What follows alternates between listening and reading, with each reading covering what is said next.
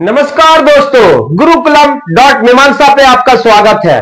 आज मैं फिर से आपके सामने एक नया सब्जेक्ट लेके आया हूं। इस सब्जेक्ट का नाम है economics, class 9th CBSE board NCERT book है। आज हम लोग इसके बारे में डिस्कस करने वाले हैं, हम लोग पढ़ने वाले हैं।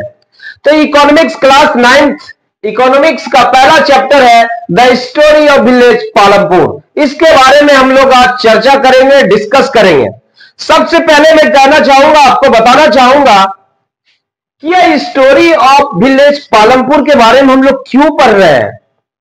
ये कैसा विलेज है? इस विलेज के माध्यम से, इस किताब के माध्यम से, इस कहानी के माध्यम से हमें क्या पढ़ाया जाने की कोशिश की जा रही है, हमें क्या बतलाने की कोशिश की जा रही है, हमें क्या सिखाने की कोशिश की जा रही है। तो अगर हमें यह समझते हैं तो शायद मुझे ये स्टोरी जो है समझने में मजा आएगा। इस स्टोरी का क्या तात्पर्य है, इसका क्या मीनिंग है, क्यों बताया जा रहा है, क्या समझाने की कोशिश की जा रही है हम लोगों को इस स्टोरी के माध्यम से। अगर यह चीज हमारा क्लियर हो गया तो हमें स्टोरी इंटरेस्टिंग लगेगा और इसके अंदर जितने भी कॉन्सेप्ट होंगे, जो भी टर्म्स होंगे, वो सारे अच्छे से क्लियर हो जाएंगे। तो सबसे पहले मैं बताना चाहूंगा ये विलेज पालमपुर क्या है। ये विलेज पालमपुर एक हाइपोथेटिकल विलेज है, एक इमेजिनरी विलेज है, एक काल्पनिक विलेज है। ये कहानी है एक रिसर्च पे आधारित है। बुलंदशहर, वेस्टर्न यूपी के बुलंदशहर डिस्ट्रिक्ट के में एक रिसर्च किया गया था। पार्शियली उसी रिसर्च पे आधारित है ये स्टोरी। तो इस स्टोरी के माध्यम से हमें दो बातें समझाने की कोशिश की जा रही है। प्रोडक्शन, पहला मेन पॉइंट है प्रोडक्शन। तो हमें स्टोरी के माध्यम से प्रोडक्शन एक्टिविटीज के बारे में समझाने की कोशिश की जा रही है। इसमें दो तरह के, मुख्य रूप से हम दो तरह के एक्टिविटीज के बारे में पढ़ेंगे। एक होता है farming production and farming activities और non farming activities. Farming activities क्या होता है, नॉन फार्मिंग एक्टिविटीज क्या है, इसके बारे में हम लोग पढ़ेंगे। प्रोडक्शन क्या होता है, फैक्टर ऑफ प्रोडक्शन क्या होता है, एग्रीकल्चर के बारे में पढ़ेंगे और भी कई सारे एलिमेंट उससे जुड़े हुए हैं, उसके बारे में हम लोग चर्चा करेंगे, डिस्कस करेंगे। लेकिन मैं शुरुआत कर रहा हूं आपके बुक में जो टाइटल दिया हुआ है, जो हेडिंग दिया हुआ है, सब हेडिंग दिया हुआ है, तब टू द पॉइंट हम लोग चलेंगे, उसके हिसाब से हम लोग डिस्कस करेंगे। मुझे लगता है एक वीडियो काफी सफिशिएंट नहीं होगा। अगर पूरा वन शॉट हम बनाते हैं तो ये बहुत लंबा, बहुत हैक्टिक हो जाएगा। तो मैं चाहता हूं कि मैं इसे पार्ट वाइज बनाऊं ताकि आपको समझ में आसानी से समझ में आ जाए। तो चलिए हम शुरुआत करते हैं। पालमपुर का इंट्रोडक्शन, इस विलेज का एक इंट्रोडक्शन हम लेते हैं। क्या है ये विलेज, कैसा है विलेज, नहीं किस तरह का विलेज है। तो ये एक हाइपोथेटिकल विलेज है, एक इमेजिनरी विलेज है। नहीं, ये विलेज क्या है? तो कहा गया कि इमेजिनरी विलेज है, तो एक मॉडल के रूप में प्रस्तुत किया गया इस विलेज को। ये मॉडल क्या होता है? मॉडल होता है उदाहरण, नमूना। जैसे हम कोई चीज अगर बेचने जाते हैं तो एक मॉडल के रूप में ले जाते हैं, देखिए ये कलम है, ये पेन है और ऐसा ही हम प्रोड्यूस कर रहे हैं। नहीं, मॉडल के तौर पे हम दिखाते हैं। तो ये एक तरीके से नमूना है, उदाहरण है।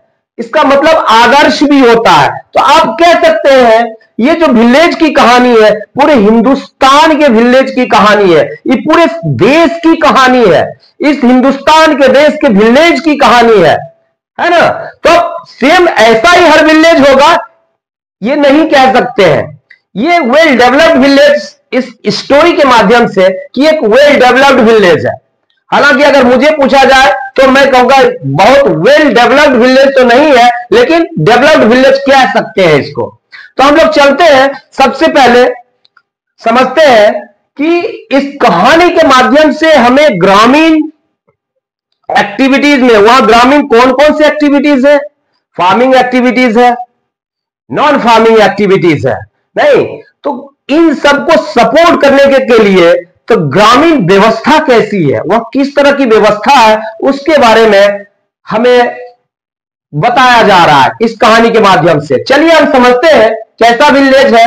एक इमेजिनरी विलेज है, उस जो है पालमपुर से करीब 3 किलोमीटर की दूरी पर एक रायगंज, कैसा विलेज है, एक रायगंज विलेज है जो वहां से 3 किलोमीटर के डिस्टेंस पर है।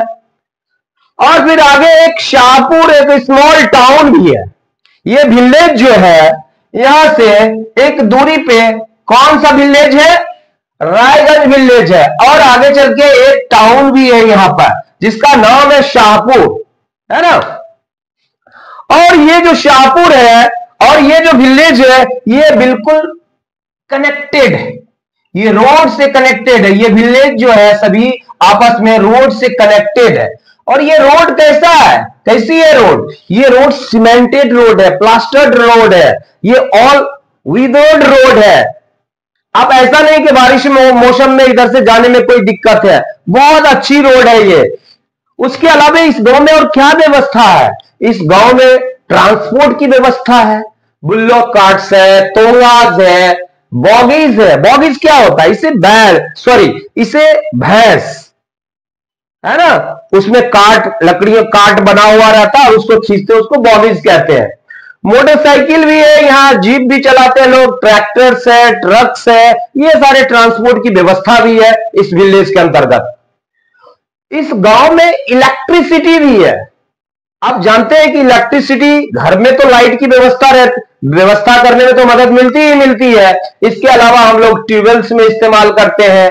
और ग्रामीण लेवल पे कई सारे अदर स्मॉल बिजनेस चलता है, उसमें भी हम इसको, कई तरह की मशीन चलाते हैं, उसमें भी हमें काम आता है। इलेक्ट्रिसिटी का मल्टीपर्पस उद्देश्य है। स्कूल की व्यवस्था है इस गांव में। इस गांव में दो स्कूल है, 2 प्राइमरी स्कूल से और एक हाई स्कूल है। कैसा स्कूल है, एक 2 प्राइमरी स्कूल से और एक हाई स्कूल है। और 2 हेल्थ सेंटर है, एक प्राइमरी हेल्थ सेंटर है जो गवर्नमेंट इसे रन करती है, और एक प्राइवेट डिस्पेंसरी है जो प्राइवेट है, कोई इंडिविजुअल है जो गांव का उसे चलाते हैं। इसके अलावा हमने इसमें क्या डिटेलिंग है इस विलेज का, ये गांव जो है यहां पर करीब 450 फैमिलीज डिफरेंट कास्ट के, जो डिफरेंट कास्ट से बिलोंग करते हैं, यहां पर रहती है इस गांव में।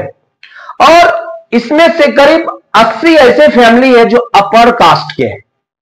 कितने, कौन से कास्ट के, अपर कास्ट के। 80 ऐसी फैमिली है जो अपर कास्ट के। दूसरा, मेजॉरिटी, और इस जो अपर कास्ट के लोग हैं, जो मेजॉरिटी ऑफ लैंड है, ज्यादा से ज्यादा लैंड इन लोगों के पास कॉन्सेंट्रेट है, ज्यादा से ज्यादा लैंड इन्हीं लोगों के पास है। इनके हाउस जो बने हुए हैं, बड़ी बड़ी हाउस बने हुए हैं, ईंट के, सीमेंट से बने हुए, प्लास्टर्ड है, बिल्कुल बढ़िया सा आलीशान घर बना के रहते हैं ये लोग। किसी के पास तो बहुत बड़ा बड़ा आलीशान घर भी है इनके पास। दूसरे लोग जो है वो शेड्यूल्ड कास्ट, शेड्यूल्ड मतलब एससी उसको बोलते हैं, शेड्यूल्ड कास्ट को नहीं, जिसे दलित कहते हैं। इनकी आबादी करीब कितनी है, 1/3, 1/3 मतलब 1/3 है। 450 का अगर 1/3 हम लोग निकालेंगे तो कितना, 450 का 1/3 निकालते हैं तो कितना आएगा, करीब 150 फैमिली ऐसी है जो शेड्यूल्ड कास्ट से बिलोंग करती हैं। और इनका घर जो है गांव के बिल्कुल कोने में है, नहीं, गांव के बिल्कुल कोने में एक जगह ये लोग रहते हैं। इनका घर जो है मड से बना हुआ है, स्ट्रॉ से, मिट्टी का घर है इन लोगों का। ये गरीब परिवार है, ये लैंडलेस है, इनके पास लैंड भी नहीं है। तो आपने देखा कि पालमपुर किस प्रकार का विलेज है, यहां पर किस तरह की व्यवस्थाएं हैं, क्या क्या सिस्टम है यहां पर, ये सारी व्यवस्थाओं का क्या योगदान है, इस गांव के डेवलपमेंट में क्या योगदान है, क्या वास्तव में इसका कहीं ना कहीं कंट्रीब्यूशन है क्या इस गांव के डेवलपमेंट में। ये जो आप होल सिस्टम देख रहे हैं, ये जो पूरा स्ट्रक्चर देख रहे हैं, कहीं ना कहीं इस गांव के विकास में, इस गांव के डेवलपमेंट में इसका योगदान है। कहीं ना कहीं ये सारे एलिमेंट्स कंट्रीब्यूट कर रहे हैं।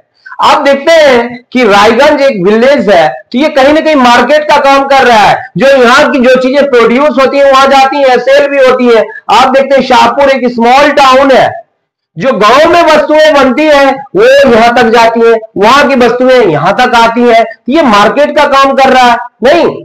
आप देखते हैं यहां पर रोड है, वेल कनेक्टेड है, अलग अलग गांव भी कनेक्टेड है, शहर भी कनेक्टेड है।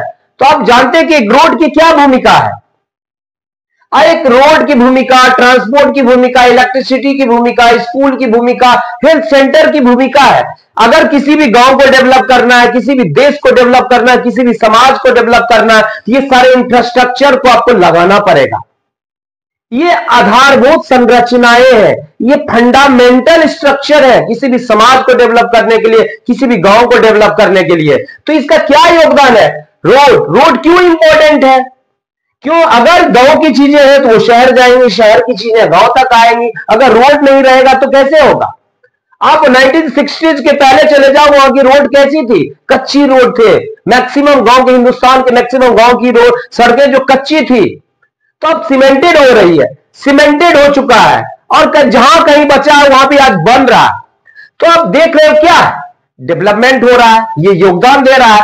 यहां की चीजें कहीं फ्लडेड एरिया में बिल्कुल कच्ची रोड थी, आप वहां देखोगे कि वहां के लोग वस्तुएं बेच नहीं पाते थे, सस्ते दर पे बिकते थे, वहां पर कम रेट पे बिकता था। लेकिन आज रोड बन गया है, वो महंगे शहर तक ले जाते हैं, दूध ले जाते हैं, वहां की और भी चीजें जो उत्पादित करते हैं वो लोग, वो जाके अच्छी कीमत वसूल करते हैं शहरों में जाके।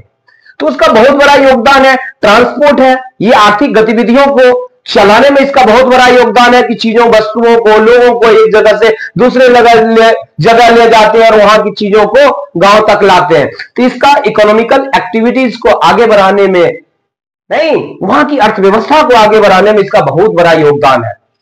आप इलेक्ट्रिसिटी देखते हैं, आज इलेक्ट्रिसिटी, आप सोच सकते हैं इलेक्ट्रिसिटी का क्या योगदान है। आज बड़ी बड़ी फैक्ट्रियां चलती हैं विदाउट इलेक्ट्रिसिटी, ट्रेन चलती है, बड़ी बड़ी मशीनें चलती है, इलेक्ट्रिसिटी पे चलती हैं, है ना। तो गांव में आई तो गांव में भी क्या है, इरिगेशन में भी हेल्प कर रहा है, थ्रेशिंग में हेल्प कर रहा है ना। और स्मॉल स्मॉल जो है बिजनेस, जो छोटे छोटे मैन्युफैक्चरिंग यूनिट है, वहां भी ये सपोर्ट कर रहा है। स्कूल क्यों इंपॉर्टेंट है? स्कूल इसलिए इंपॉर्टेंट है कि माइंड डेवलप करता है, क्वालिटी ऑफ लाइफ डेवलप करता है, हमारी सोच को डेवलप करता है, हमें तकनीकी रूप से सक्षम बनाता है। आज डॉक्टर बनते हैं, इंजीनियर बनते हैं, साइंटिस्ट बनते हैं, अलग अलग टेक्निक, अलग अलग क्षेत्रों के, अलग अलग फील्ड के स्पेशलिस्ट है। वो किसका योगदान है? कैसे बने? एजुकेशन। तो एजुकेशन का योगदान है किसी भी देश के समाज के विकास में, इसका बहुत बड़ा योगदान है। आज रोड बन रहे, ब्रिज बन रहे, हवाई जहाज हो रहे, एयरपोर्ट बन रहे, बड़े बड़े शिप बन रहे, किसका योगदान है? एजुकेशन का। आज बड़े बड़े मेडिकल साइंस में बड़े बड़े रिसर्च हो रहे हैं, तो वो कहीं ना कहीं कंट्रीब्यूट करते हैं। हमारा हेल्थ सेंटर मनुष्य को स्वस्थ, ह्यूमन कैपिटल को क्वालिटेटिव बना के रखता है, स्वस्थ बनाता है। कहता अगर एक बीमार, जितने बीमार लोग रहे उस देश में लाइबिलिटीज होते हैं, वो भार है। इस देश का मैक्सिमम, देश का बहुत बड़ा पूंजी का हिस्सा उन लोग को लालन पालन करने में खर्च हो जाता है, वो कहीं ना कहीं योगदान नहीं दे पाते देश के डेवलपमेंट में। इसीलिए कहता है कि अगर किसी देश को विकसित करना है तो वहां की हेल्थ फैसिलिटीज होनी चाहिए, एजुकेशन फैसिलिटी होनी चाहिए, अदर एक्टिविटीज को और आगे बढ़ाने में इलेक्ट्रिसिटी होना चाहिए, ट्रांसपोर्ट होनी चाहिए, अच्छी रोड होनी चाहिए, है ना, उसके हर शहर से, गांव से वेल कनेक्टेड होनी चाहिए। तो हम कह सकते हैं कि ये एक वेल डेवलप्ड विलेज है। लेकिन हर गांव की ऐसी स्थिति नहीं है हिंदुस्तान में। ये एक मॉडल के रूप में प्रस्तुत किया गया है ना, कि किस प्रकार से अगर किसी भी देश को, समाज को डेवलप करना है, ये सारी फैसिलिटीज चाहिए। इसके अलावा कई सारे और भी फैसिलिटीज है, फंडामेंटल फैसिलिटीज है, जो उसके योगदान, जो किसी भी देश समाज को डेवलप करने में योगदान करता है। नहीं तो इस चीज को हम समझने के लिए एक बातें और भी समझना चाहते हैं कि ये है क्या। ये एक्चुअली इंफ्रास्ट्रक्चर है। इंफ्रास्ट्रक्चर जनरली दो प्रकार के होते हैं। इंफ्रास्ट्रक्चर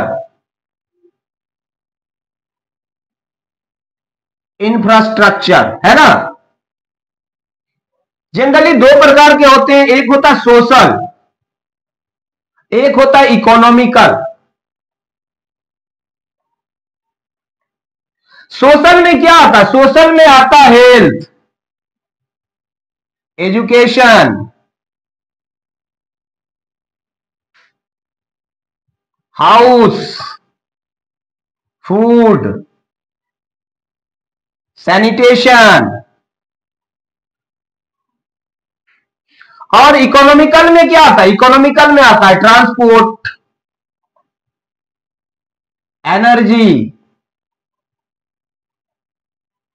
आप कह सकते हो फाइनेंस, आप कह सकते हो कम्युनिकेशन।